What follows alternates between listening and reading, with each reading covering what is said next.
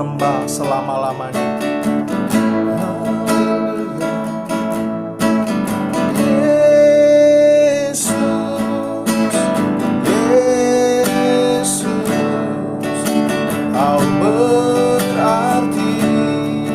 Bagiku, Yesus,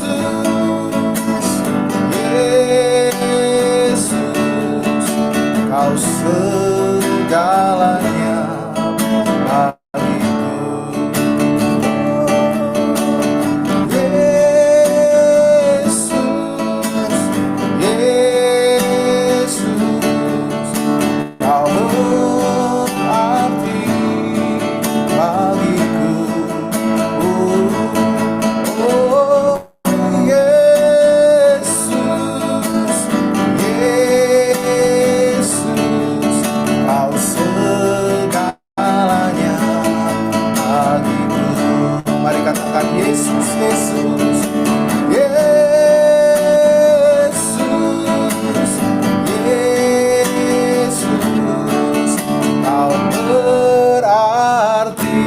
bagiku.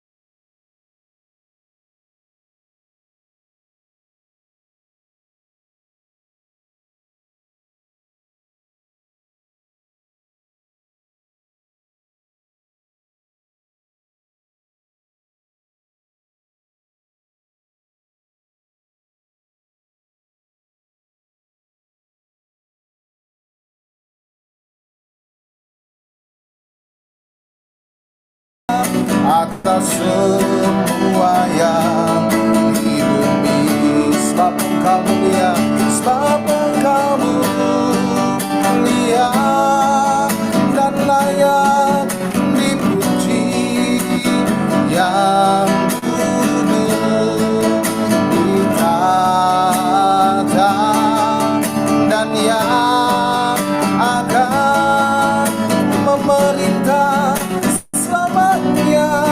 atas semua yang di bumi. Haleluya, sebab Engkau mulia dan layak dipuji, yang duduk di tahta dan yang akan memerintah selamanya atas semua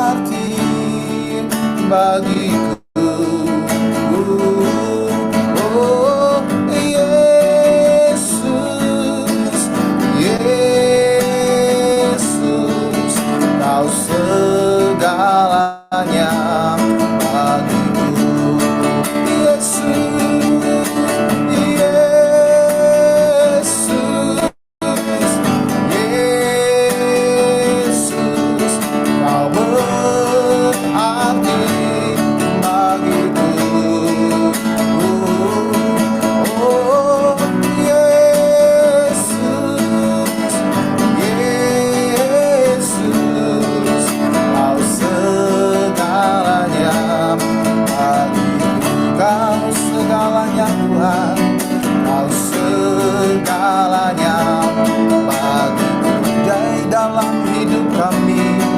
Yesus segalanya. Oh, bagiku.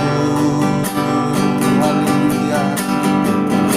Engkaulah segala-galanya, Engkaulah yang terutama, Engkaulah yang terindah, Engkau yang paling berharga dalam hidup kami.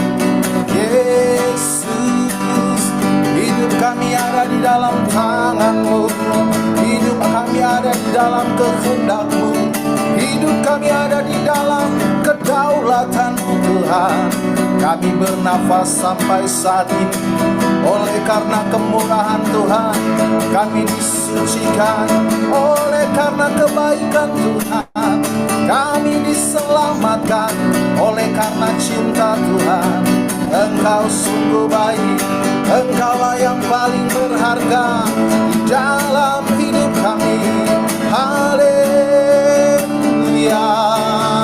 Biar hidup kami mau menyenangkan-Mu Tuhan, biar hidup kami mau melakukan kehendak-Mu. Oh, memuliakan Engkau, Juru Selamat kami, Gembala kami yang baik, penolong kami, Allah yang setia, yang tak pernah meninggalkan kami. Yesus, Engkau baik, Engkau baik, Engkau baik. Haleluya. Hanya Engkau yang baik Tuhan, hanya Engkau yang memiliki kasih yang sejati, hanya Engkau Tuhan yang memiliki pengorbanan yang sempurna, dan kami diselamatkan. Kami berterima kasih Tuhan. Haleluya. Oh, haleluya. Kau sembah, katakan Kau sembah, Kau sembah. Hanya Yesus yang layak terima sembah. Kau sembah. Oh Tuhan, kami menyembah-Mu. Kau sembah, Yesus. Kau sembah, oh Yesus. Kau sembah, oh Tuhan. Biar kami menyembah-Mu, kami memuji-Mu Tuhan. Kau sembah, haleluya, haleluya, haleluya. Kau sembah, oh Yesus Tuhan. Kau sembah, oh Tuhan, oh Tuhan. Mari kita terus menyembah Dia, tinggikan Dia. Kau sembah, haleluya. Kau sembah, Kau sembah, oh Yesus. Sampai selama-lamanya hanya Yesus yang kami sembah. Kau sembah, oh Tuhan. Kami kan terus menyembah, haleluya. Kau sembah, oh Yesus. Kita terus menyembah dan memuji-Mu Tuhan. Engkaulah Tuhan, Engkaulah Raja kami. Pujian dan sembah kami hanya bagi-Mu. Haleluya, haleluya. Amin. Saya serahkan pada Bu Berta. Amin. Saya lihat ada Om Florence, jadi saya pikir lagi say hello. Terima kasih, Pak Ronald. Tuhan Yesus memberkati. Nah, baiklah, sebelum kita lanjut ke doa syafaat dan mendengarkan khotbah, sebelumnya kita semua akan mendengar kesaksian dari anak terkasih dari speaker kita malam ini, Pak Michael Tinangun, yang namanya juga, ini saudara pendeta Michael juga namanya, Gregory Tinangun.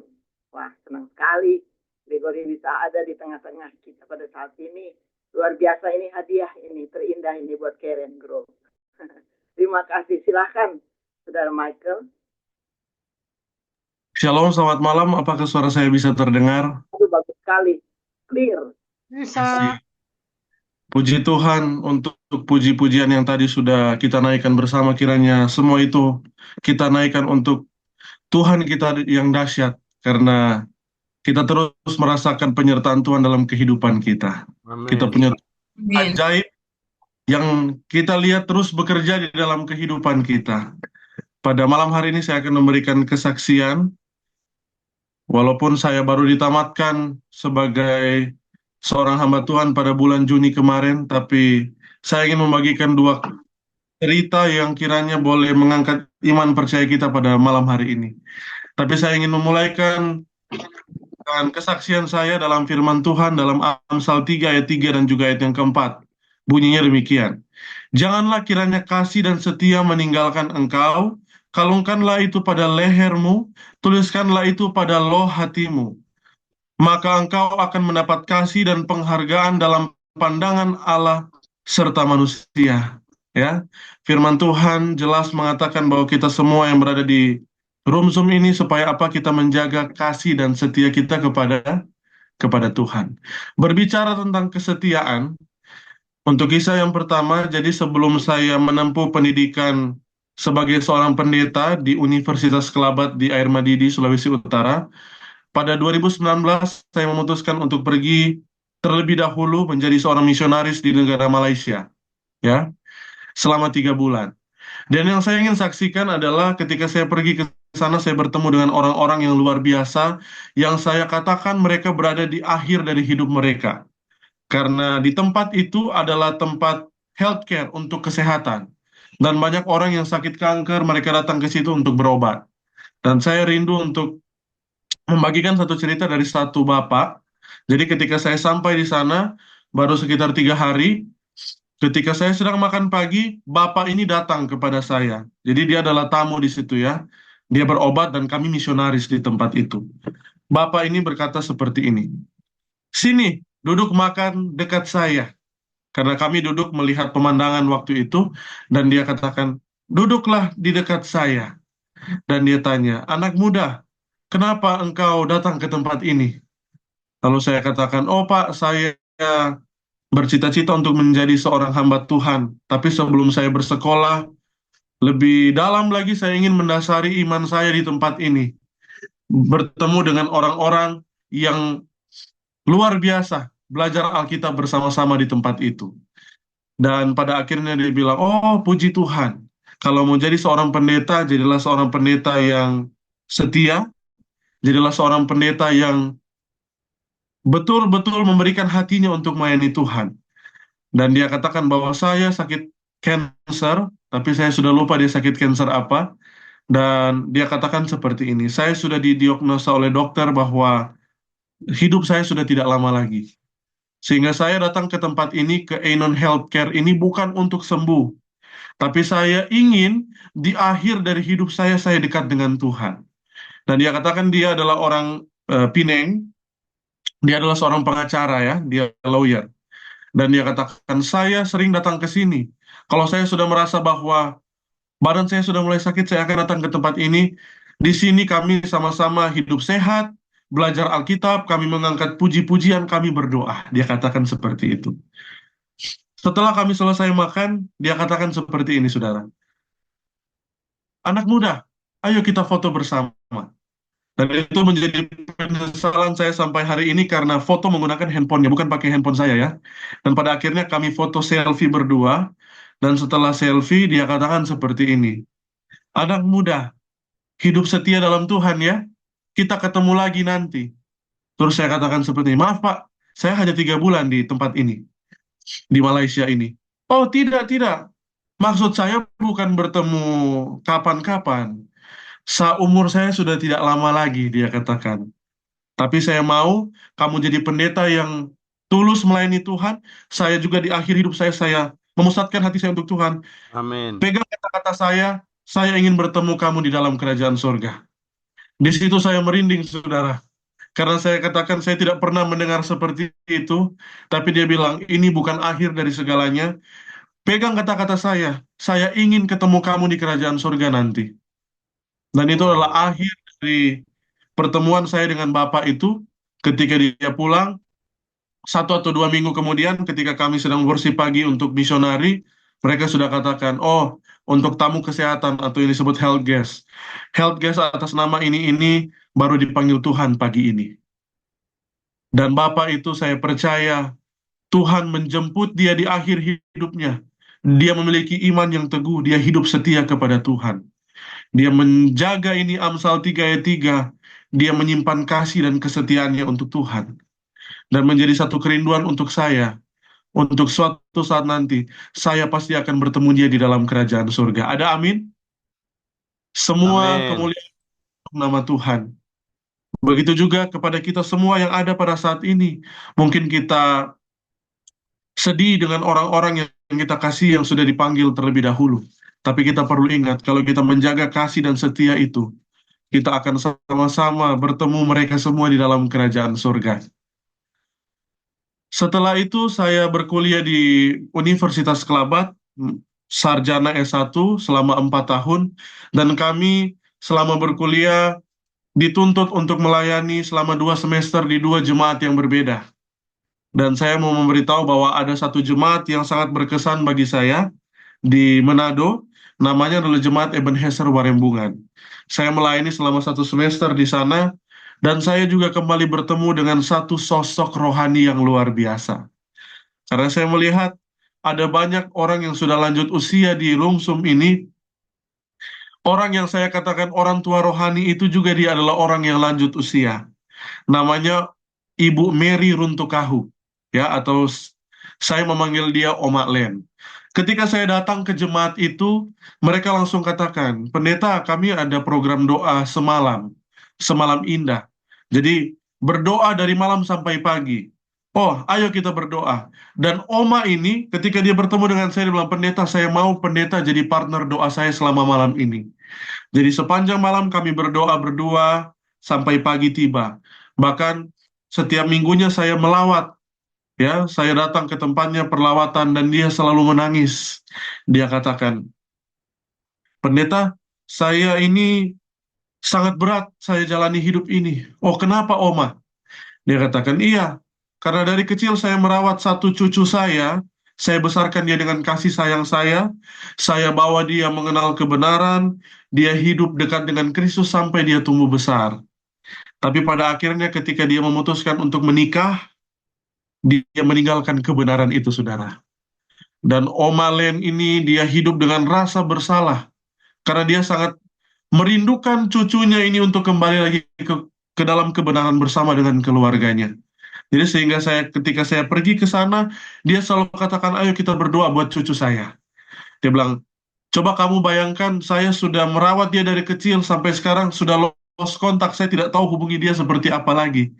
Tapi saya percaya kuasa doa itu luar biasa. Sehingga yang saya bisa kirimkan untuk cucu saya adalah doa. Singkat cerita, saya selesai praktek di jemaat itu, dan ketika dalam masa libur ketika saya berada di Jakarta, saya ingat sekali itu, ketika ada perkemahan, sepulang gereja, tiba-tiba anak dari Oma ini telepon, namanya Tante Reni. Tante Reni ini video call. Tidak seperti biasanya dia video call saya, ya. Dia katakan seperti ini, pendeta, Oma mau suka bicara dengan pendeta. Oh, mari kita bicara, mana Oma? Pas Oma lihat, Oma langsung bilang begini, ih, aduh, ini pendeta ini sudah jalan-jalan di Jakarta, sudah lupa dengan Oma ya. Dia katakan seperti itu. Oh tidak Oma. Oh, Oma cuma mau pesan saja, Oma sudah rindu. Tapi nanti kalau pulang tolong belikan dodol Garut. Itu Oma katakan seperti itu, saudara. Setelah itu saya bilang, oh ya Oma, saya usahakan saya akan bawa. Dan dia bilang, oh awas kalau tidak dibawa ya, Oma mau marah. Dia bilang seperti itu. Iya Oma. Dan itu adalah percakapan terakhir saya dengan beliau. Karena apa? Pada malam harinya, Tuhan memanggil dia untuk beristirahat di dalam kematian. Dan sungguh mulia apa yang Tuhan nyatakan dalam kehidupannya karena dia meninggal dunia sementara baca buku renungan dan juga Alkitab. Dia meninggal sementara memegang buku ketika dia membaca akan pekabaran firman Tuhan. Ada amin? Dan saya percaya bahwa saya suatu saat nanti akan kembali bertemu dengan Oma Len di dalam kerajaan surga. Ya, karena dia yang selalu mengajarkan saya, pendeta, ayo melawat, pendeta, ayo berdoa. Dan jujur itu menjadi salah satu kehilangan terbesar saya. Karena apa? Orang tua rohani saya Tuhan izinkan untuk beristirahat sementara di dalam kematian. Sehingga saya ingin menutup akan kesaksian saya pada malam hari ini di dalam Wahyu 2 ayatnya yang ke-10. Firman Tuhan berbunyi untuk saya dan saudara pada malam hari ini. Jangan takut terhadap apa yang harus engkau derita. Sesungguhnya iblis akan melemparkan beberapa orang dari antaramu ke dalam penjara supaya kamu dicobai dan kamu akan beroleh kesusahan selama 10 hari. Tapi ini yang paling penting saudara, di akhir dari ayat ini berkata, hendaklah engkau setia sampai mati dan aku akan mengaruniakan kepadamu apa? Mahkota kehidupan. Melihat kehidupan seorang pengacara yang saya temui di Malaysia, melihat kehidupan dan iman seorang yang sudah lanjut usia bernama Oma Len, saya percaya mereka setia sampai akhir kehidupan mereka. Dan saya percaya, saya imani, Tuhan sudah mengaruniakan mahkota kehidupan untuk mereka. Dan kiranya itu juga akan berlaku di dalam kehidupan kita. Marilah kita menjaga kesetiaan itu di hadapan Tuhan. Kita hidup setia, kita menjaga kasih itu. Dan saya percaya kita semua akan masuk dalam kerajaan sorga. Demikian kesaksian saya, Tuhan Yesus memberkati. Amin. Amin. Puji Tuhan. Tuhan. Wah, luar biasa ya kesaksian malam ini. Sungguh lebih meneguhkan iman kita lagi semua. Dan segala kemuliaan hanya bagi Tuhan Yesus. Terima kasih ya, Gregory, Pendeta Gregory, Michael Tinangon. Biar nanti kita bertemu lagi ya di minggu-minggu yang akan datang. Sampaikan firman. Ya. Oke, tolong di-mute ya. Baik, sekarang kita masuk ke dalam doa syafaat yang akan disampaikan oleh Ibu Putri. Silakan Bu Putri. Mute. Shalom, suara saya terdengar Bu Berta? Yes, clear. Baik. Bapak Ibu dan saudara-saudaraku, mari kita bersatu di dalam doa, kita akan menaikkan doa syafaat kita. Bapa di surga, kami bersyukur kami dapat bersekutu lagi pada malam ini di acara Care and Grow. Dan sebelum kami mendengarkan firman-Mu, kami mau menaikkan doa-doa syafaat kami di hadapan Tuhan. Bapak, kami mau berdoa untuk Ibu Foni Boylang, kami berdoa untuk Ibu Lola, untuk Bapak Sudaryono, kami berdoa untuk Bapak Haryadi, kami berdoa untuk Bapak Yosiki Lapong, kami berdoa untuk Bapak Suharyono, kami berdoa untuk Ibu Kumalasari, kami berdoa untuk Ibu Berliana yang sedang flu bersama anak cucu mantunya dan suaminya juga. Kami berdoa untuk Ibu Melva Tampu Bolon. Bapa di sorga, kami juga mau menyerahkan Ibu Asim Manjuntak Tuhan dengan penyakitnya Tuhan Yesus yang membuat dia menjadi lemah sekali. Terima kasih Tuhan, kami mempercayakan saudara-saudara kekasih kami ini dan semua sahabat-sahabat Care and Grow yang mengalami sakit.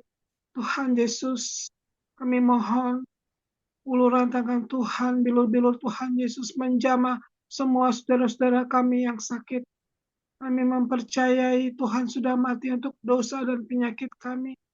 Dan kami mau taruh seluruh penyakit kami di salib-Mu Tuhan.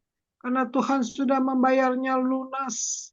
Dan Tuhan juga sudah menyembuhkan penyakit kami di kayu salib, bahkan dosa-dosa kami. Terima kasih Tuhan Yesus. Terima kasih Bapa, kami terlalu percaya bahwa kesembuhan sudah kami nikmati bersama dengan darah Kristus. Bapak, kami juga mau berdoa ya Bapak, untuk saudara-saudara kami yang mengalami pergumulan.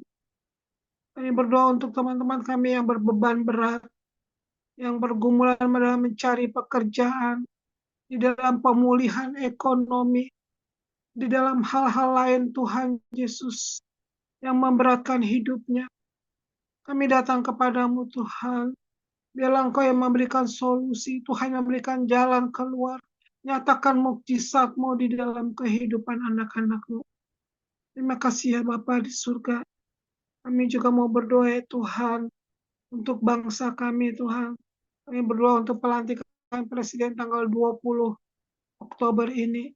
Biarlah Bapak semua bisa berjalan dengan baik, tanpa gangguan apapun. Kami berdoa untuk para menteri yang nanti akan dipilih.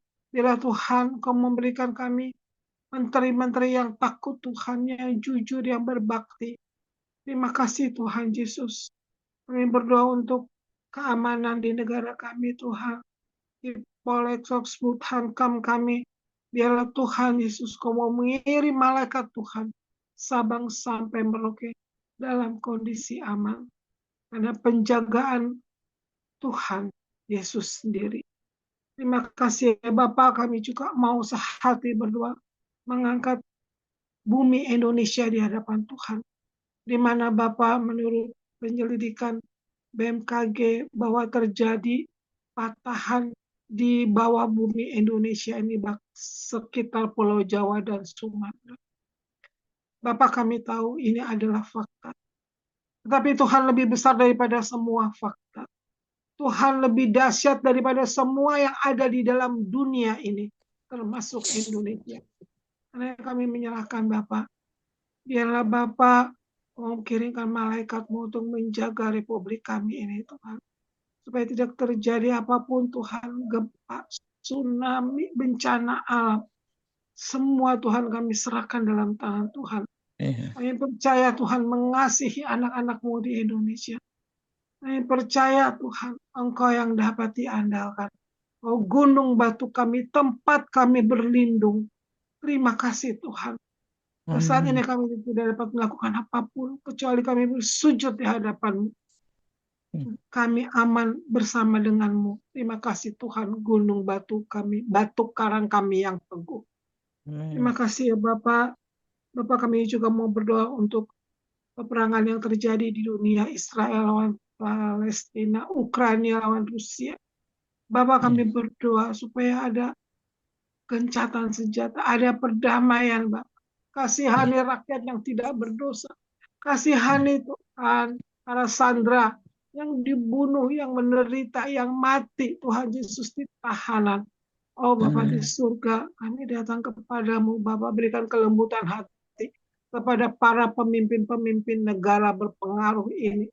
Supaya sungguh Tuhan terjadi keamanan. Tidak ada lagi korban Tuhan Yesus. Lembutkan hati mereka Tuhan untuk bisa melihat bahwa perdamaian adalah jalan keluar satu-satunya. Terima kasih Tuhan Yesus. Kami mau berdoa juga Tuhan Yesus untuk gereja-gereja jemaat Tuhan di Indonesia bahkan di seluruh dunia. Tuhan dalam mempersiapkan diri menyambut kedatangan-Mu yang kedua kali. Bapa, biarlah gereja bersatu, jemaat Tuhan bersatu.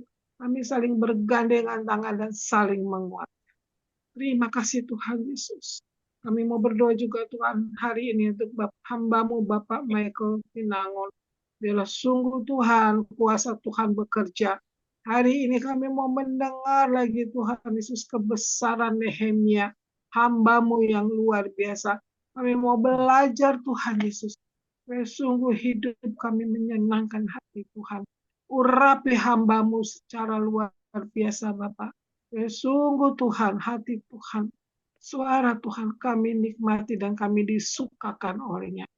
Terima kasih Tuhan, tutup bungkus Bapak Michael Tinangon. Berkati keluarga, berkati istri dan anak-anaknya.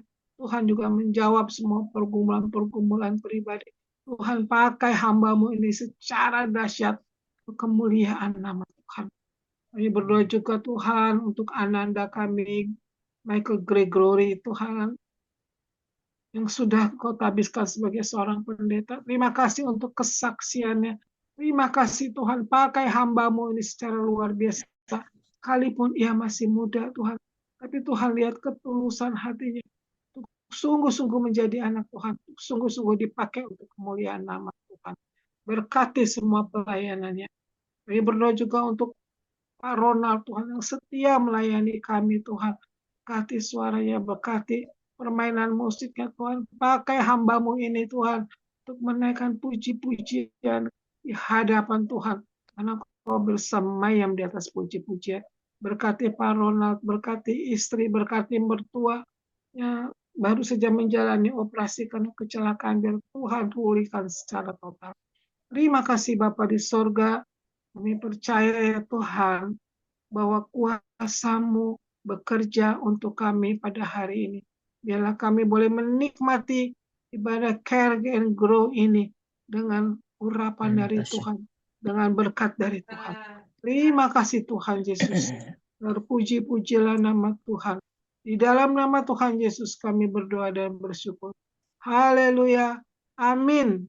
Amin. Puji Tuhan. Terima kasih Bu Putri. Dan baiklah, kita tidak berlama-lama. Kalau tadi kita sudah mendengarkan kesaksian dari putra tercinta Pendeta Michael Gregory Tinangon.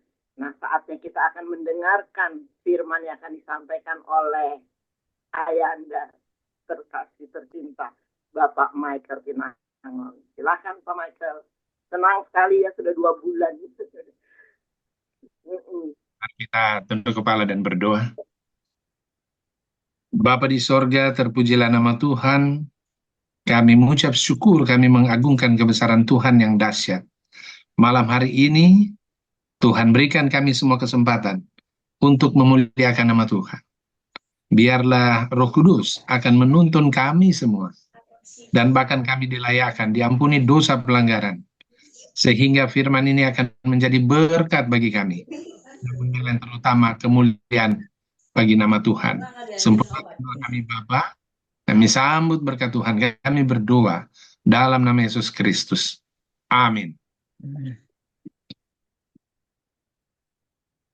Pertama-tama mari kita lihat apa kata firman Tuhan dalam Mazmur 126 ayat 3. Mazmur 126 ayat 3 di sana disebutkan, Tuhan telah melakukan perkara besar, maka kita bersukacita. Bapak Ibu yang diberkati Tuhan, kita bisa berkumpul malam hari ini, itu semua oleh karena kasih sayang Tuhan. Karena Tuhan telah melakukan perkara yang besar kepada saudara dan saya. Ibu Berta, terima kasih untuk undangan membawakan firman malam hari ini. Dan ya ini sudah yang keberapa kali ini, saya sendiri sudah lupa. Tetapi memang bulan lalu untuk saya pribadi, Ibu Berta, agak padat memang. Karena bulan lalu saya diberi kesempatan oleh Tuhan melayani 5 KKR di bulan Juli. Puji Tuhan, ada kesempatan untuk bisa melayani di Jambi, di Singkawang, dan di Manado, di Jemaat Wena, di Tondano, dan di Tateli. Puji Tuhan. Terima kasih ya, itu luar biasa Tuhan berikan. Saya juga ingin berterima kasih untuk Ibu Putri yang sudah bawa doa syafaat, luar biasa, jadi berkat untuk kita semua. Dan Bapak Ronald, saya merasa sangat terberkati karena setiap saya bawa firman, Pak Ronald bisa hadir dan mendukung dalam layanan ini. Tuhan pakai Pak Ronald dengan dahsyat.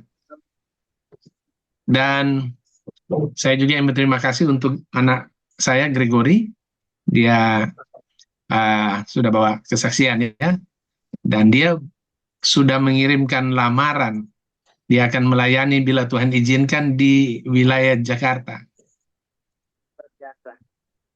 Di bulan September ini atau paling late itu di bulan Oktober awal. Malam hari ini juga saya sangat berbahagia karena saya lihat yang hadir ini ternyata ada sahabat-sahabat saya, dan bahkan bukan yang di Indonesia saja. Terima kasih untuk Peggy dan Harry yang ada di Amerika. Peggy Onsu ya, puji Tuhan. Kemudian ada Ibu Marce Swawa, ini di depan rumah orang tua kami ini di Langoan. Dan terima kasih Papi Mami juga hadir. Itu Ever Tinangon itu Papi dan Mami saya. Sama-sama berusia menjelang 84. Wow. Luar biasa. Ya, dan yang saya lihat tadi yang Ibu Ruth Komalik itu tangga saya dulu di Poka, dan Bapak Ronald Ronald ya.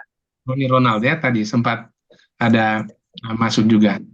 Dan ini ada paman saya juga ini, Peter Londok, dan juga ini luar biasa. Ini ketua jemaat gereja kami pun hadir ini. Terima kasih Bapak berkenan untuk mengikuti ibadah malam hari ini. Baik. Saya lihat juga ada Pendeta Filipus Sutrisno. Ini di daerah Sumatera ini. Jadi ya Pak, terima kasih, Tuhan berkati. Ini banyak, ada Ibu Melva juga saya tahu di Sumatera. Dan ternyata Ibu Berta ini komunitasnya yang hadir malam hari ini boleh dibilang dari seluruh masuk dari luar negeri. Baik, Bapak Ibu sekalian, sebelum saya melanjutkan firman pada malam hari ini, saya mengajak kita satu kali lagi tunduk kepala dan kita berdoa. Bapa di sorga, kami akan lebih dalam mempelajari firman, dan kami sangat membutuhkan urapan Roh Kudus-Mu, sehingga firman ini dapat kami mengerti, bukan hanya mengerti, tetapi itu akan tertanam dalam hati dan pikiran kami, sehingga itu akan berbuah untuk kami dapat menceritakan kasih Tuhan kepada banyak orang. Sempurnakan doa kami Bapa, ampuni dosa pelanggaran kami. Sambut berkat Tuhan kami berdoa dalam nama Yesus Kristus. Amin. Pada saat Ibu Berta meminta saya bawa firman, saya memberi dua opsi. Saya bilang, Ibu Berta pilih yang mana? Ada dua saya kasih. Yang pertama, number 12. Itu sebenarnya bilangan pasal 12, tapi keren kalau dalam bahasa Inggris. Dan kemudian saya bilang, atau The Great of Nehemiah. Jadi, kenapa saya mengambil kisah Nehemia? Ada sesuatu yang luar biasa, pengalaman dari Nehemia yang bisa menjadi pegangan kita, kekuatan kita, menghadapi hari-hari akan datang.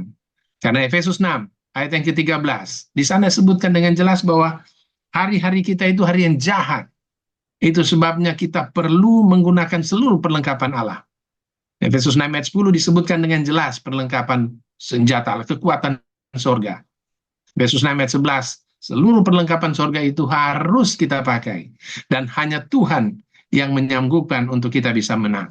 Mari kita lihat secara cepat buku Nehemia pasal 1 mulai dari ayat yang pertama.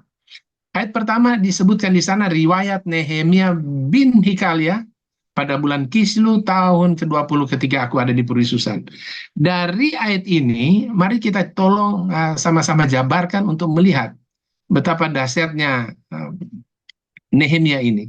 Jadi Nehemia ini tidak terlalu banyak referensi di Alkitab kalau kita mau cari. Dia hanya disebutkan kurang lebih 10 atau 11 kali. Namun dia yang menulis buku Nehemia. Dan dia hanya disebutkan Nehemia, dia aslinya Yerusalem, sudah pasti dia orang Yahudi. Dan arti nama Nehemia adalah dihiburkan oleh Yahweh, dihiburkan oleh Tuhan. Itu sebabnya di ayat awal dari firman Tuhan tadi, Tuhan telah melakukan perkara besar dan kita bersukacita sejalan dengan arti nama Nehemia. Karena dia artinya dihiburkan oleh Yahweh. Dan disebutkan bahwa Nehemia ini adalah seorang Yahudi yang tinggal di Persia. Nah, kita tahu bahwa dia adalah termasuk kelompok budak. Tetapi luar biasanya, pada saat kita membaca tulisan Nehemia ini, kita dapati bahwa dia ini memiliki posisi yang luar biasa. Nehemia pasal 1 ayat 11, ayat terakhir di dalam pasal 1 menyebutkan bahwa dia adalah juru minum raja. Itu jabatan setara menteri. Walaupun dia sebenarnya adalah hamba. Karena itu kalau kita lihat sejarah, mereka adalah orang buangan dari Yerusalem. Nah, pada saat disebut pada bulan apa di sini? Bulan Kislu. Bulan Kislu ini kalau kita lihat di tanggal kalender Gregoria itu jatuh pada bulan November-Desember. Kenapa saya membawa, kita lagi mendalami Alkitab sedikit ini ya, membawa pikiran ini, karena di dalam Nehemia pasal 2 ayat 1 itu disebutkan di dalam bulan Nisan.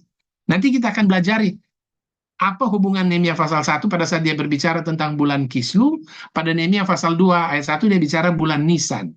Nanti kita dalami, saya akan jelaskan sebentar. Tapi mari kita lihat. Jadi tadi Nehemia dia adalah seorang Yahudi dari Yerusalem, dia tinggal di Persia, dan kemudian di ayat pertama ini bilang, ketika aku di Puri Susan. Apa artinya, saudara? Artinya bahwa Nehemia sedang dalam posisi yang makmur, yang bahagia. Secara finansial dia aman, karena posisi pejabat tinggi. Kita garis bawah ya, ingat baik-baik. Dari awal saya bilang, dia posisi aman, dia posisi secara ekonomi luar biasa, tetapi mulai ayat yang kedua, kita akan dapati bahwa ada sesuatu yang luar biasa dari Nehemia. Ayat yang kedua menceritakan tentang saudaranya yang bernama Hanani. Dia datang dari Yerusalem, kemudian dari Yehuda ya, dan pada saat itu Nehemia bertanya kepada dia, bagaimana kabar saudara-saudara kita, keluarga kita, di tanah kelahiran kita di Yerusalem. Di ayat yang ketiga, kata mereka kepadaku, orang-orang yang masih tinggal di daerah sana, yang terhindar dari tawanan, mereka hidup dalam kesukaran besar, dan dalam keadaan tercelah. Oleh karena tembok Yerusalem telah terbongkar, pintu gerbang telah terbakar, mereka tidak bisa beribadah. Itu kata kuncinya.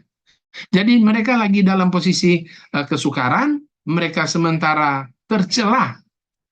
Orang-orang yang di Yerusalem pada saat itu, sekali lagi ada dua posisinya. Yang pertama, kalau dibilang tercelah, artinya mereka hidup sangat memalukan dibandingkan dengan orang yang hidup di sekitar Yerusalem. Kesukaran, bayangkan mereka berabad-abad sebelumnya, Yerusalem itu terkenal dengan adanya bait suci, kota yang dahsyat sekali, tapi sekarang hancur berantakan. Itu sebabnya mereka tadi disebut tembok dibongkar, itu artinya memang betul-betul mereka hidup dalam kesukaran. Tempat tinggal pun sulit. Nah, pada saat dia mendengar kalimat itu, di ayat yang keempat, kita akan melihat bagaimana tanggapan dari Nehemia. Di ayat yang keempat ini disebutkan, ketika aku dengar berita itu, duduklah aku menangis, berkabung beberapa hari. Aku berpuasa dan berdoa. Apa yang saya mau tekankan di dalam ayat yang keempat ini? Ada 4 hal yang dilakukan oleh Nehemia. Yang pertama, dia menangis. Bapak Ibu sekalian yang diberkati oleh Tuhan, kadangkala kehidupan kita sehari-hari, pada saat kita mendengar sahabat kita, keluarga kita, yang dalam kesukaran, yang dalam keadaan tercela, apa yang kita lakukan? Banyak di antara kita yang mungkin melakukan hal yang tercela juga. Kita hanya katakan bahwa kasihan mereka. Sudah, sampai di situ saja. Sampai dikata kasihan, dan kita tidak melakukan apa-apa. Yang lebih parah, kita bahkan mencela mereka yang dalam kesukaran atau keadaan cela itu. Tetapi, saya mau katakan bahwa Tuhan sudah amarkan. Dalam 2 Timotius 3, ayat yang kedua dan seterusnya sampai yang keempat dan 5 bahkan. Tuhan sudah katakan di sana bahwa pada akhir zaman itu akan timbul masa yang sukar, dan Tuhan jabarkan sifat-sifat manusia yang hidup di akhir zaman. Yang cinta diri, yang tidak menghormati, yang tidak tahu berterima kasih, dan seterusnya. Tetapi Nehemia pada saat mendengar keadaan tercela, sukar, justru dia menangis. Tadi di awal saya katakan di ayat 1, dia berada di perisusan, dia sudah nyaman, sudah senang, dia bahagia. Tapi mendengar kesulitan, dia justru menangis. Bukan hanya menangis, dia berkabung. Kata berkabung itu ada hubungan dengan berduka cita. Berkabung itu. Jadi dia merasa berduka cita mengingat saudara-saudaranya di kampung halaman yang dalam kesukaran dan tercela. Dan yang luar biasa, dia berpuasa. Pernahkah kita membayangkan bahwa apabila kita mendengar saudara-saudara kita, sahabat-sahabat kita yang kesukaran dan tercela, kemudian kita berpuasa? Saya tidak yakin kalau kita melakukan itu. Tetapi malam hari ini kita mendapat satu pelajaran yang bagus sekali. Ternyata apabila kita mendengar berita itu, sebagaimana pengalaman dari Nehemia, kita harus melakukan satu langkah berpuasa untuk mereka. Dan setelah berpuasa, ayat ini menyebutkan, Nehemia 1 ayat 4, dan berdoa. Kita akan dalami di poin yang berdoa ini. Karena ini yang paling gampang dan paling mudah untuk kita lakukan. Nah, saya mau katakan begini. Tadi saya singgung tentang di ayat yang pertama, Nehemia pasal 1, bulan Kislu, bulan November dan Desember. Kemudian Nehemia pasal 2 ayat 1 itu di bulan Nisan. Kalender Gregorian menyebutkan bulan Nisan itu antara bulan Maret dan April. Jadi, kalau kita hubungkan dua hal ini, apa yang saya mau tekankan? Bahwa ada masa kurang lebih 4 bulan sampai 5 bulan di mana Nehemia dia bertekun dalam menangis, berkabung, berpuasa, dan berdoa. Ada kurang lebih 4 sampai 5 bulan dia melakukan itu. Dan apa yang terjadi dengan dia melakukan hal itu? Saya langsung loncat ke Nehemia pasal 2, dimulai dengan ayatnya yang kedua. Karena pada saat tiba giliran dia untuk melayani raja, wajahnya itu sangat sedih.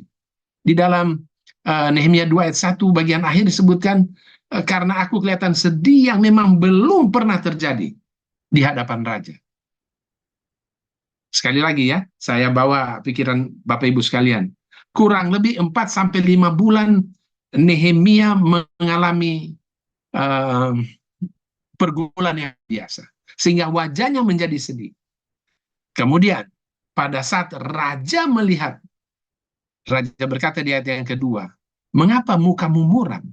Walaupun engkau tidak sakit, engkau tentu sedih hati. Aku menjadi takut.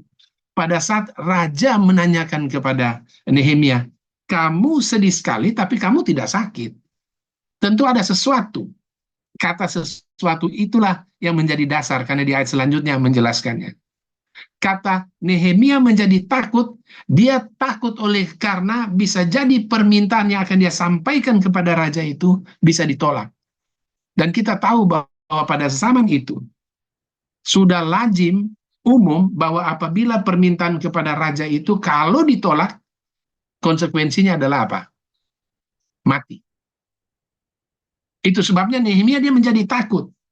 Namun saudaraku, raja di ayat yang ketiga menyebutkan begini.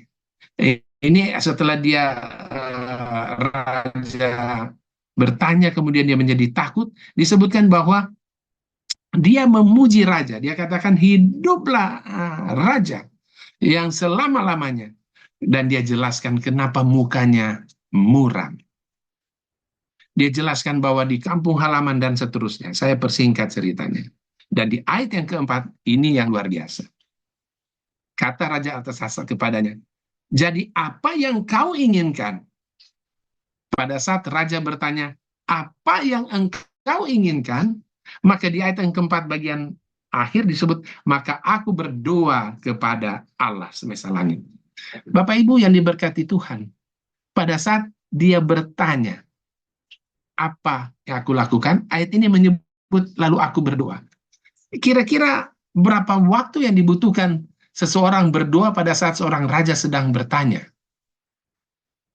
Saya membayangkan kalau Pak Jokowi datang ke Balikpapan, dia mau menuju ke IKN, kemudian dia bertemu dengan saya, wajah saya muram dan Pak Jokowi bilang, Michael, kamu muram, apa yang kamu mau aku perbuat kepadamu? Kalau saya pakai referensi Nehemia, maka saya berdoa. Bapak Ibu, kira-kira doa saya itu atau doa Nehemia itu apa? Apa yang Nehemia doakan kira-kira menurut Bapak Ibu sekalian? Nggak usah cari tahu Bapak Ibu, karena di Alkitab tidak menyebutkan doanya apa. Tapi saya yakin dan percaya, doa Nehemia itu ada hubungan dengan Roh Kudus. Lukas 21 ayat 13 disebutkan dengan jelas, Tuhan bilang, aku akan memberikan Roh Kudus bagi mereka yang meminta. Jadi bisa jadi dia hanya berdoa, Tuhan, Roh Kudusmu hadir. Dan kemudian selesai dia bilang itu, dia katakan kepada raja, permohonannya, jika raja menganggap baik, dan dia mintalah supaya dia diutus bangun kembali di Yerusalem. Saya ingin dalami sedikit tentang Roh Kudus dan doa malam hari ini. Kenapa penting sekali permohonan penyertaan Roh Kudus? Pada saat Yesus mau naik ke sorga, dalam Yohanes 14 ayat 16, Yesus katakan kepada murid-muridnya, dia katakan demikian, aku akan meminta kepada Bapa supaya dia mengirimkan seorang penolong yang lain. Dan penolong itu, Yohanes pasal 14 ayat 17, dia bilang roh penghibur, roh kebenaran. Yohanes 14 ayat 26, roh kebenaran, roh penghibur itu, dialah siapa? Roh Kudus. Dan disebutkan Yohanes 14 ayat 16, Roh Kudus itu akan menyertai engkau selama-lamanya.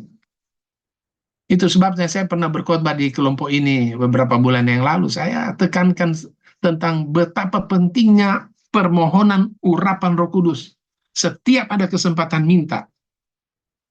Dan kalau kita pelajari, Roh Kudus pada saat menyertai Bapa dan Ibu, Kisah 1 ayat 8 menyebutkan, seorang yang mendapatkan kecurahan Roh Kudus, maka dia akan disanggupkan untuk menceritakan kabar baik tentang Yesus Kristus sampai ke ujung dunia. Pada saat kita datang kepada Tuhan, Bapa di surga, urapan Roh Kudus berlaku bagi saya hari ini. Dan setiap kali ada kesempatan, minta itu. Dan saya percaya, satu-satunya permohonan kita yang Tuhan tidak pernah akan tolak, yang Dia akan beri saat itu juga, pada saat kita minta, yaitu permohonan urapan Roh Kudus. Nah, saya mau cerita tentang Trinitas, karena saya anggap ini penting. Banyak umat Tuhan yang sudah mulai ragu bahwa Allah Bapa, Allah Anak, dan Allah Roh itu adalah oknum kealahan. Sudah banyak yang menolak. Itu sebabnya malam hari ini saya mengambil kesempatan beberapa menit untuk menjelaskan tentang ini. Sebelum kita kembali lagi. Ini Bu Berta berapa menit lagi ini? Saya khawatir terlalu panjang menjelaskan firman Tuhan. Gak apa-apa, 10 menit lagi. Oke. Jadi, untuk menjelaskan tentang Trinitas, Tritunggal yang adalah satu, mari kita mulai dari Yohanes pasal 1 ayat 1. Apa itu? Pada mulanya adalah firman. Firman itu bersama-sama dengan Allah. Dan firman itu adalah Allah. Jadi sangat jelas, firman bersama-sama dengan Allah, dan firman itu adalah Allah. Yohanes 1 ayat 14, firman itu berubah menjadi manusia. Siapa firman yang berubah manusia itu? Lukas 2 ayat 11 menyebutkan dengan sangat jelas. Telah lahir bagimu juru selamat di kota Daud. Siapa itu? Yesus Kristus. Jadi, kalau kita tarik lagi kembali lebih jauh ke awal, Kejadian 1 ayat 1, pada mulanya Allah menciptakan langit dan bumi. Allah. Kemudian di ayat yang kedua, Kejadian 1 ayat 2, bumi ini kosong. Roh Allah melayang-layang. Ini Roh Kudus yang ada di Yohanes 14, ayat 16, 17, dan 26 tadi. Roh Kudus yang sama yang ada di penciptaan. Roh Kudus yang sama yang menyertai Musa, menyertai Abraham, Yakub, dan bahkan sampai Daud dan seterusnya. Roh Kudus yang sama. Apa buktinya? Bilangan 6. Bilangan 6 menyertai kasih karunia Tuhan, damai sejahtera. Roh Kudus yang sama yang menyertai. Jadi oknum kealahan, oknum anak yang berubah menjadi, atau firman yang berubah menjadi manusia, dan Roh Kudus. Sudah 3 oknum. Di ayat yang ketiga, Kejadian 1 ayat 3, berfirmanlah Allah. Pada saat Allah berfirman, firman yang sama yang ada di Kejadian, buku Kejadian, dengan firman yang ada di dalam Yohanes 1 ayat 1, sama. Firman itulah siapa?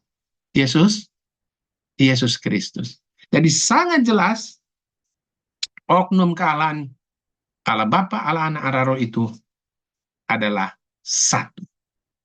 Untuk lebih jelas bahkan Matius 28 ayat 19-20, apa kata di sana? Pergilah, jadikanlah segala bangsa muridku dan baptiskan mereka di dalam nama Bapa, Anak, dan Roh Kudus. Jadi sangat jelas firman Tuhan malam hari ini. Nah, bagian akhir dari khotbah saya ingin menekankan bagaimana Nehemia melakukan doa. Di dalam Nehemia pasal 1, mulai dari ayat yang ke-5 dan seterusnya. Karena Nehemia pasal 1 hanya 11 ayat, Nehemia pasal 2 hanya 10 ayat.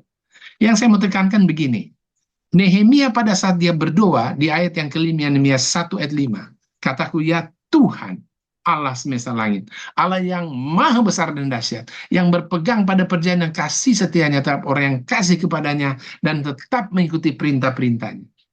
Saya mau katakan bahwa di dalam doa Nehemia, yang dia lakukan di bagian pertama doa itu, adalah dia memuji nama Tuhan.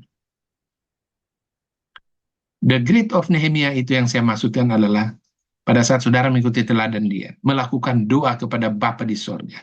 Jangan lupa bagian pertama yang dia lakukan adalah apa, Bapak Ibu sekalian? Memuji-muji nama Tuhan.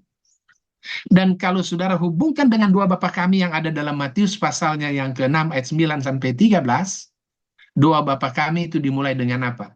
Bapa kami yang di sorga. Apa selanjutnya? Dikuduskanlah namamu. Doa Bapa kami diawali dengan memuji Tuhan.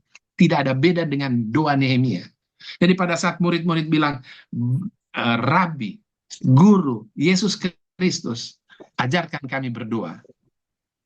Doa yang Yesus sampaikan sama dengan doa Nehemia. Memuji, mengagungkan kebesaran siapa? Kebesaran Tuhan. Kemudian kalau kita lanjutkan di ayat yang ke-6, permohonan dari Nehemia kepada Tuhan adalah, berilah telingamu dan bukalah matamu dan dengarlah doa hambamu dan yang dipanjatkan siang dan malam. Apa artinya Bapak Ibu sekalian? Kalau dibilang siang dan malam, berarti doa yang Nehemia panjatkan itu bukan doa yang orang Manado bilang teto-teto. Cuma kalau dapat ingat, mau berdoa. Terus kalau berdoa pun maunya instan. Ini dianggap Tuhan itu seperti mie yang tinggal seduh pakai air panas. Tapi kalau referensi ayat ini dengan jelas disebutkan Nehemia 1 ayatnya yang ke-6, bahwa doa hamba-hambamu disebutkan di sini siang dan malam. Jadi doa kita itu harus doa yang 1 Tesalonika 5 ayat 17. Tetaplah berdoa. Apa artinya tetaplah berdoa? Doa kita harus senantiasa. Bukan hanya berdasarkan ada kebutuhan baru datang kepada Tuhan. Dan saya hubungkan dengan doa Roh Kudus tadi. Doa kita tidak perlu panjang-panjang. Setiap pada kesempatan doakan saja. Roh Kudus, urapi saya, sertai saya sepanjang jalan hidup saya. Dan saya percaya kita akan tetap ada dalam Tuhan. Ini bagian akhir terus ini Bu Berta ya. Selanjutnya Bapak Ibu, ini benar-benar akhir ini Bu Berta. Saya tidak akan panjang. Di dalam Nehemia pasal 1 mulai ayat 7 dan seterusnya sampai ke 10. Kalau Bapak dan Ibu perhatikan, di situ ada salah satu bagian penting dalam unsur doa yang saya pikir sejalan dengan doa Bapa kami. Sekali lagi, Matius 6 ayat 9 sampai 13, di ayat yang ke-12. Apa itu? Unsur minta ampunan dosa. Doa kita tidak akan didengar oleh Tuhan tanpa kita meminta ampunan kelayakan dari surga.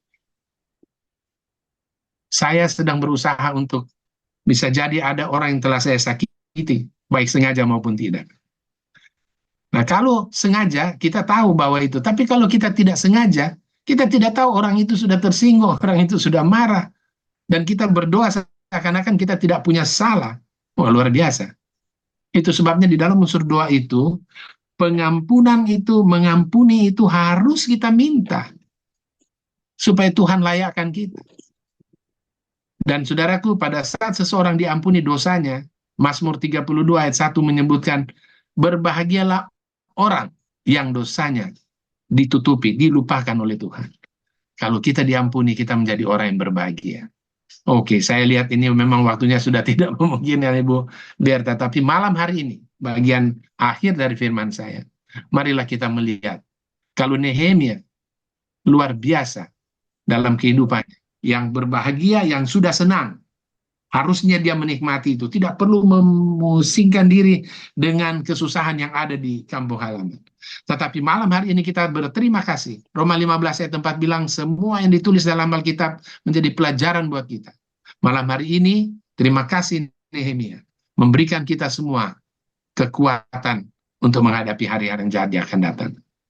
Dan saya berharap kita semua bisa melihat bahwa pegangan kita hanya satu, Yesus Kristus, Tuhan kita, yang akan menyanggupkan kita sebagaimana Nehemia. Tuhan memberkati kita sekalian. Saya ajak kita satu kali lagi tunduk kepala Amin. dan berdoa. Bapa di sorga, terpujilah nama Tuhan. Terima kasih untuk waktu yang indah malam hari ini. Kami bisa belajar pengalaman dari Nehemia. Dia seorang yang luar biasa. Dia rela untuk berkorban. Bahkan kalau kita pelajari lebih lanjut, dia tidak digaji. Namun dia mau untuk kembali membangun Yerusalem. Supaya bisa beribadah. Supaya hidup tidak dicela. Dan dia berbahagia. Pengalaman dari Nehemia ini biarlah menjadi kekuatan bagi kami semua. Dan biarlah Roh Kudus yang akan menuntun kami semua. Dan Tuhan, biarlah Tuhan memperhitungkan apa yang kami lakukan ini sebagai suatu kebenaran. Sehingga Tuhan gantikan semuanya ini dengan berkat yang limpah bagi masing-masing kami malam hari ini. Ampuni kami Bapa. Sempurnakan doa kami. Karena kami sambut berkat Tuhan. Kami berdoa dalam nama Yesus Kristus. Amin. Puji Tuhan. Wah, terima kasih. Amin. Puji Tuhan. Tuhan memberkati. Telah bawakan Michael, pasti ada pengajaran yang luar biasa yang kita terima. Karena Amin. kita tahu semua ya bagaimana cerita Nehemia, bagaimana waktu lihat bagaimana cara membangun tembok itu sehingga dalam 52 hari selesai. Memang luar biasa. Terima kasih. Jadi tidak berlama-lama. Saya serahkan kepada Bapak Ibu semua. Mungkin ada yang mau ngasih feedback, ada yang mau bertanya. Silahkan. Ayo, kita manfaatkan. Belum. Emma tidak mau Boleh, mempergunakan kesempatan dengan sia-sia. Ya, Ya, hanya terima kasih untuk pengajaran tentang Nehemia ini dan terutama tadi ya dengan singkat dan sebetulnya dengan jelas sekali tentang Trinitas itu. Saya jadi lebih mengerti lagi karena sempat belajar juga tentang Trinitas, tapi panjang lebar dan itu dalam hal Bible study, tapi masih belum begitu paham. Tapi dengan keterangan dari Pak Michael tadi, jelas sekali ya dari Yohanes 1 sampai dari Lukas 2 ayat 11, itu jadi nyata memang bahwa memang Trinitas itu Allah Tritunggal. Terima kasih, sangat jelas sekali. Dan tentang Nehemia, bagaimana kita juga berdoa. Kadang kita berdoa, puji Tuhan, kalau saya pada malam hari ini bersama dengan suami saya, sama-sama kita mendengarkan tentang berdoa tadi yang dibilang Pak Michael. Karena baru kemarin suami saya itu bilang, Tuhan itu sebetulnya ada apa enggak sih, dengar enggak sih doa saya, kok saya sakit enggak sembuh-sembuh. Saya bilang sebetulnya kamu sudah sembuh, cuma merasa sakit gitu ya. Karena dia 3 minggu di rumah sakit, drop Pak Michael, dan kita baru pulang dari rumah sakit. Jadi dia kemarin mempertanyakan sama saya, sebetulnya Tuhan itu ada atau tidak sih? saya sebenarnya berat juga mau Zoom hari ini, tapi saya bilang sama suami saya, kita sudah lama kita nggak pernah ikut Zoom, mari kita berdoa bersama dengan Care and Grow. Dan puji Tuhan tadi tentang berdoa, dan memang mengatakan bahwa kita berdoa cukup singkat saja dengan Roh Kudus urapi saya, dan kita yakin Tuhan juga akan mendengar doa kita. Dan ini adalah satu jawaban untuk suami saya, bagaimana dia bertanya kepada saya, sebetulnya Tuhan itu ada, benar apa enggak? Saya tidak menjawab, tapi dari yang disampaikan oleh Pak Michael ini tentang The Great Nehemia, membuka hati dan pikirannya kembali bahwa memang Tuhan itu ada. Terima kasih, itu saja yang dapat saya sampaikan, Pak Michael dan Bu Berta. Terima kasih untuk firman Tuhan. Terima kasih. Pak Michael bisa. Memang Baik. karena suami Pak Hadian ini memang sudah agak lama sakit dan suka drop begitu. Tadinya kuat, semangat, drop lagi. Jadi mungkin ada yang bisa disampaikan. Pasti Pak Haryadinya ada dengar ya, ada bersama dengan Bu Herdi. Dengar bersama-sama, ada. Kita sama-sama. Tolong dikuatkan. Ibu Herdi dan Pak Haryadi, puji Tuhan ya, Tuhan baik. Dan ada beberapa ayat di dalam Alkitab yang menyebutkan tentang janji kesembuhan yang Tuhan berikan. Ada Mazmur 103 ayat 3 itu, ayat itu menyebutkan, sebentar. Di sana disebutkan, dia yang mengampuni segala kesalahanmu, yang menyembuhkan segala penyakitmu. Itu salah satu ayat yang biasa saya gunakan pada saat mendoakan orang yang sakit, atau ayat yang menguatkan.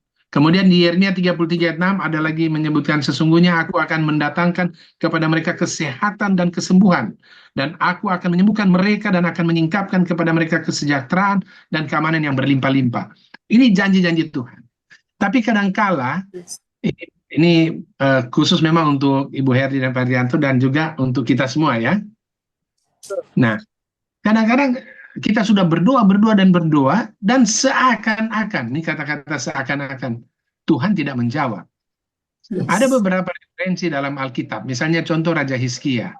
Pada saat dia mendapat kesembuhan, apa yang terjadi? Ia bukan memuliakan nama Tuhan. Sudah dikasih bonus 15 tahun, justru dia apa? Sombong. Menjadi sombong. Dia lupa Tuhan.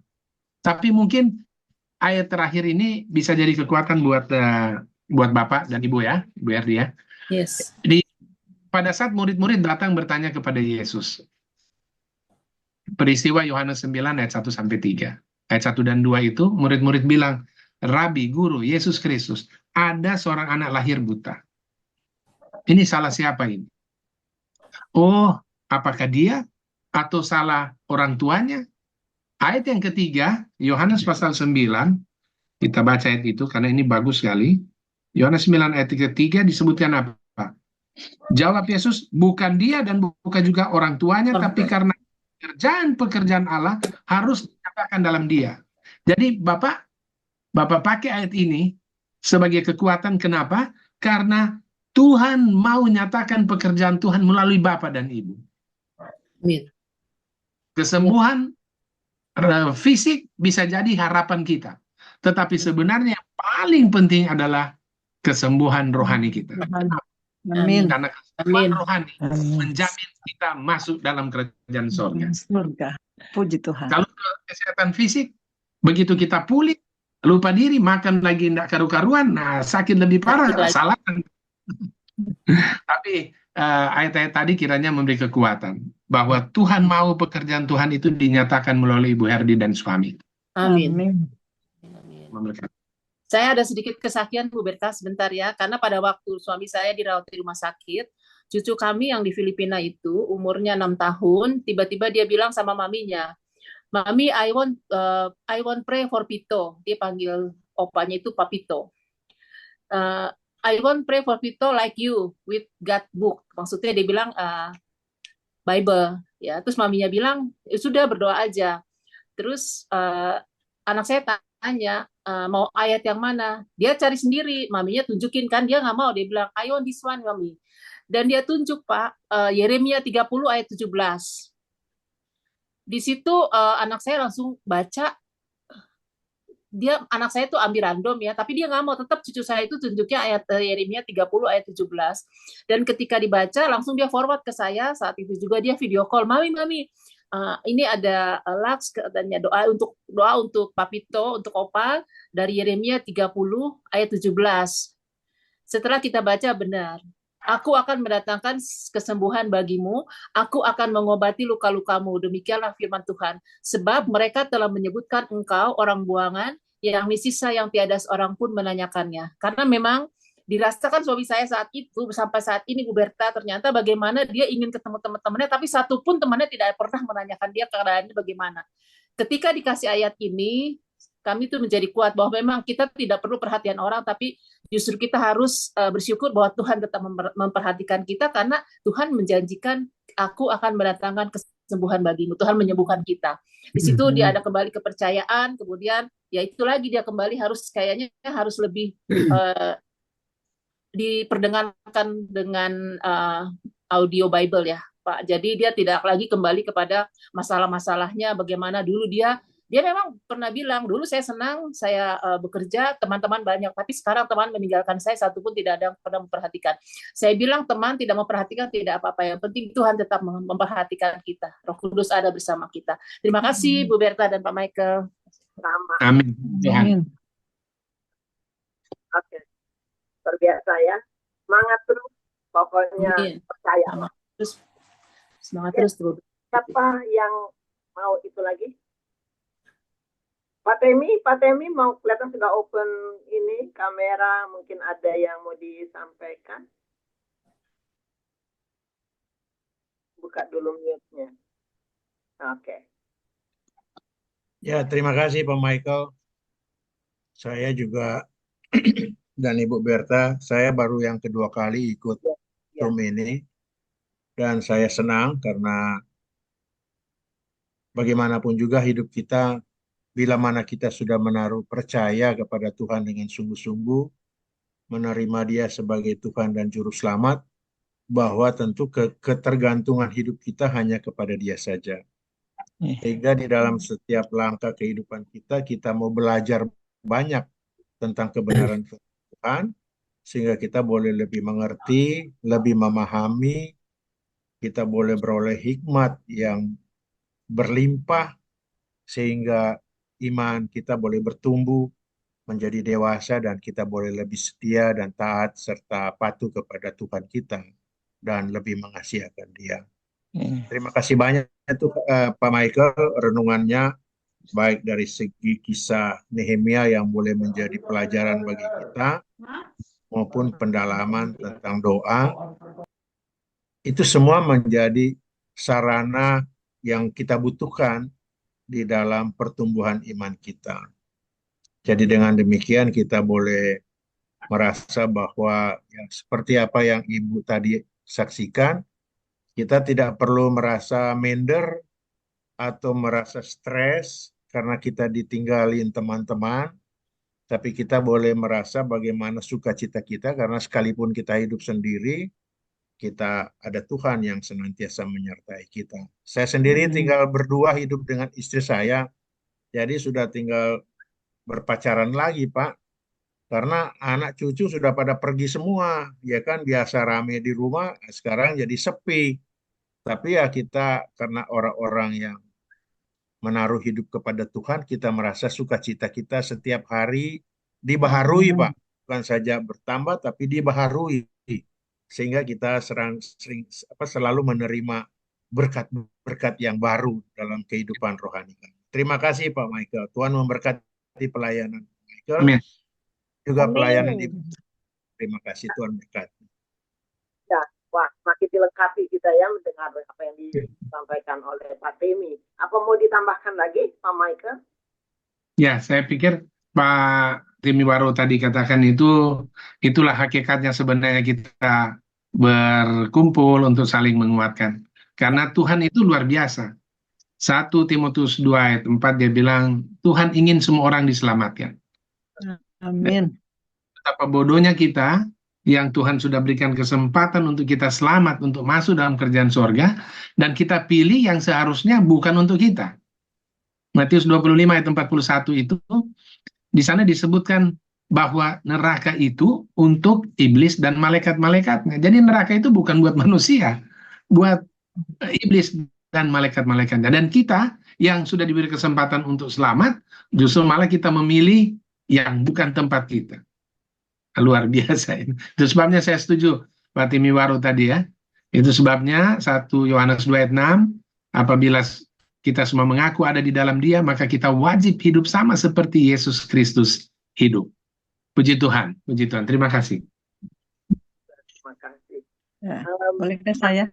Oh, Bu Marta silakan. Puji Tuhan ya Pak Michael, terima kasih dengan penjelasan dengan Nehemia ini dikatakan, sebab Tuhan tidak inginkan kita untuk cinta diri. Bayangkan dia sudah senang, kenapa harus mau ingat orang lain ya. Kadangkala kita juga punya kehidupan mungkin bertentangan ya. Kalau kita sudah senang, senang-senang aja. Nggak perlu ingat orang lain. Tetapi ini menjadi satu teladan bagi kita semua, agar kita bisa juga mengingat orang lain ya. Sebab dikatakan, tidak ada orang yang cinta diri akan melewati gerbang mutiara sorga. Jadi mari kita praktekkan bagaimana kehidupan dari Nehemia ini. Walaupun dia sudah senang, dia tetap peduli kepada mereka yang dalam kesusahan. Terima kasih Pak Michael dengan penjelasan tadi. Puji Tuhan. Luar biasa Tuhan.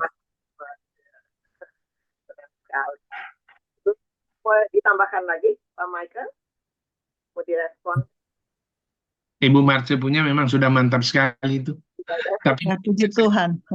saya biasanya akan kuatkan dengan, bukan tambahkan, kan sudah, kalau tambahkan berarti kurang. Tapi saya kuatkan yang disampaikan tadi. Yohanes 13 ayat 15 di sana sebutkan bahwa Tuhan telah beri teladan kepada kita. Dan kita wajib ikut. Karena disebutkan, aku telah memberikan teladan supaya kamu ikut sama seperti yang aku lakukan.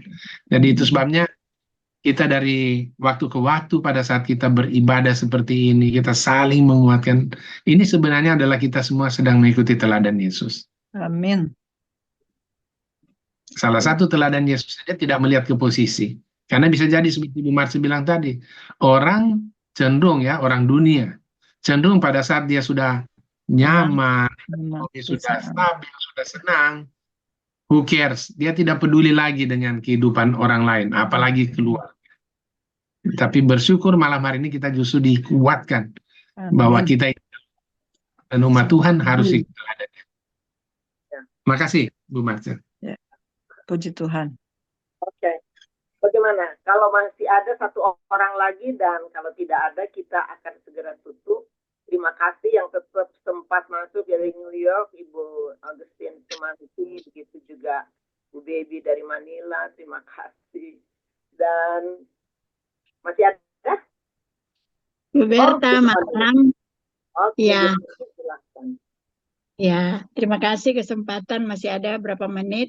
Saya sangat berterima kasih atas firman yang sangat menguatkan dari Pak Michael Tinangon, karena Nehemia ini sangat jarang dibawakan oleh hamba-hamba Tuhan yang lain.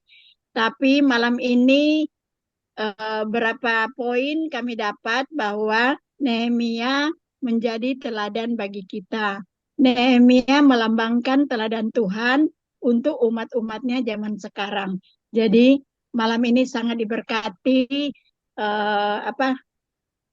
khotbah malam ini sangat menguatkan dan dapat tertanam termeterai dalam kehidupan kita, dan juga untuk putranya seorang pendeta sangat menguatkan. Walaupun ibaratnya dia mengatakan saya baru di wisuda bulan Juni, tetapi dari cara dia menyampaikan firman Tuhan sudah dapat kami lihat karakter dia memang betul-betul karakter seperti bapaknya ya, tulus hati, rendah hati, sudah tercermin untuk dapat jemaat sangat menyenangkan dengan firman yang disampaikan, selalu menuju kepada bukan untuk diri sendiri tetapi untuk keselamatan jemaat. Terima kasih, malam ini sangat diberkati.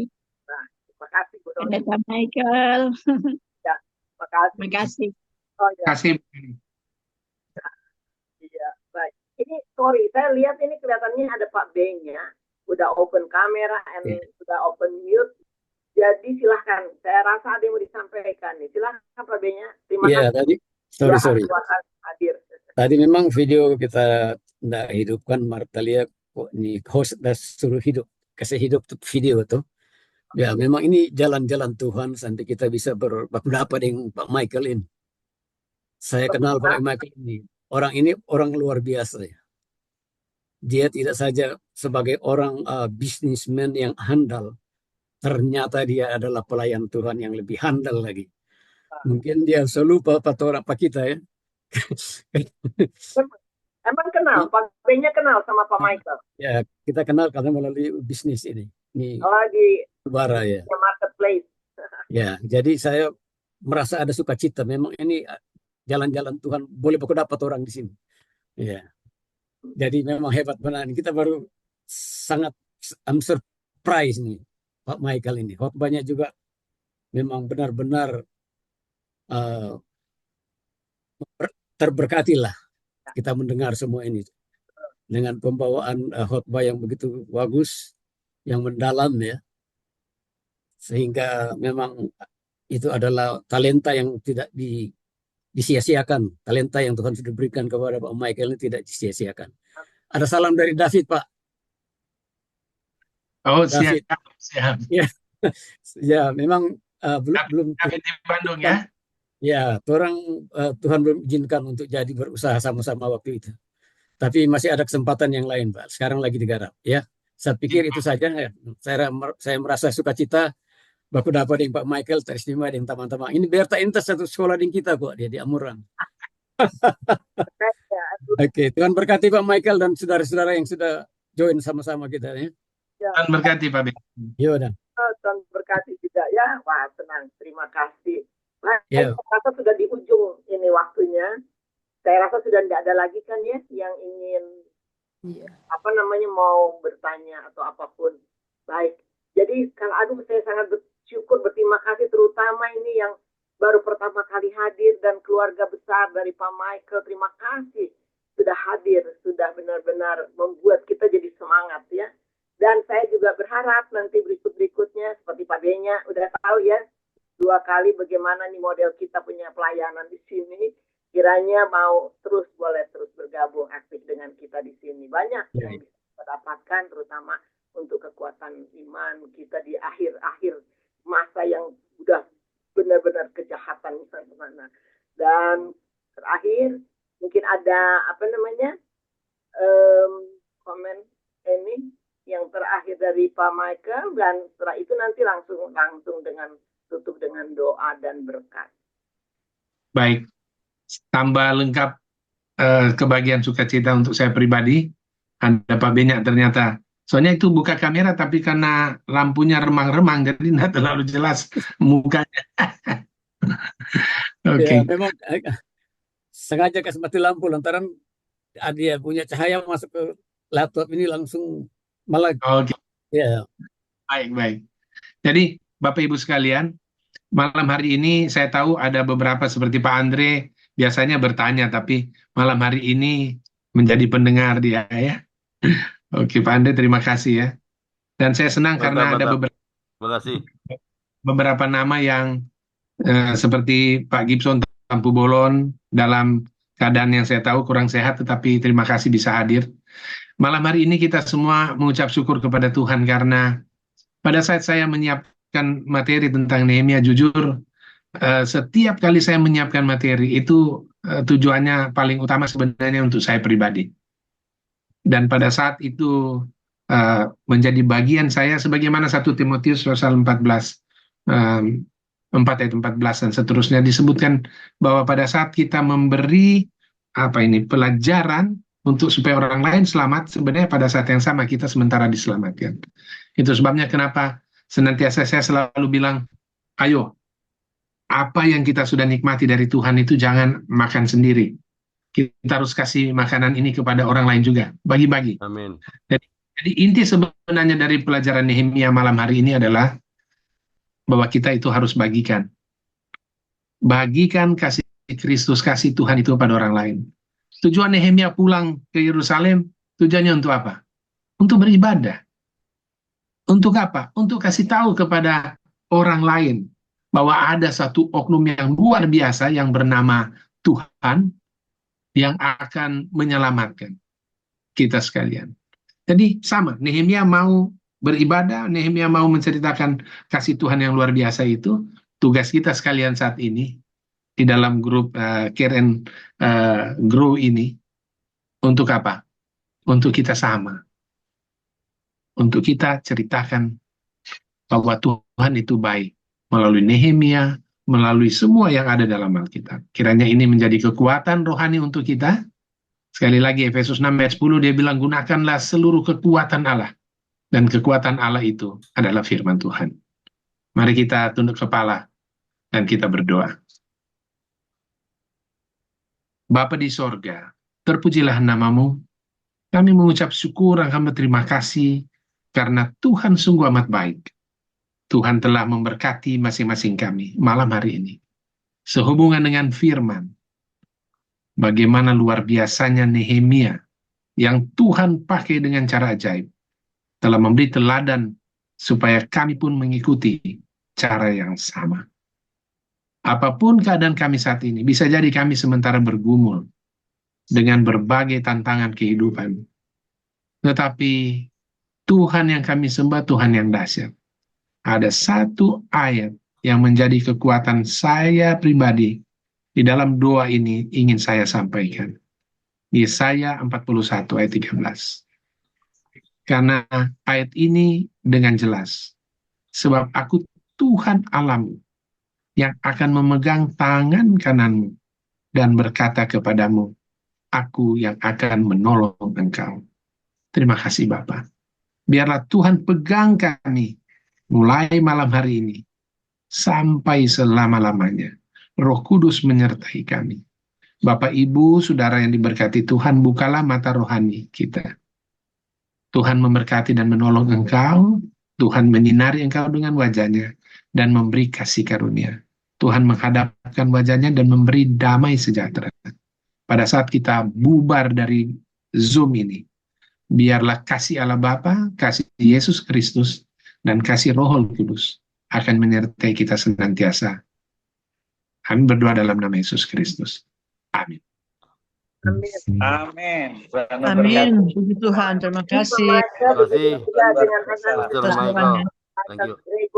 Terima kasih. Tuhan Yesus memberkati. Terima kasih, Pak.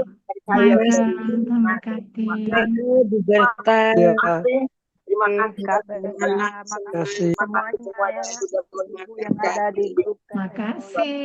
Terima kasih semua.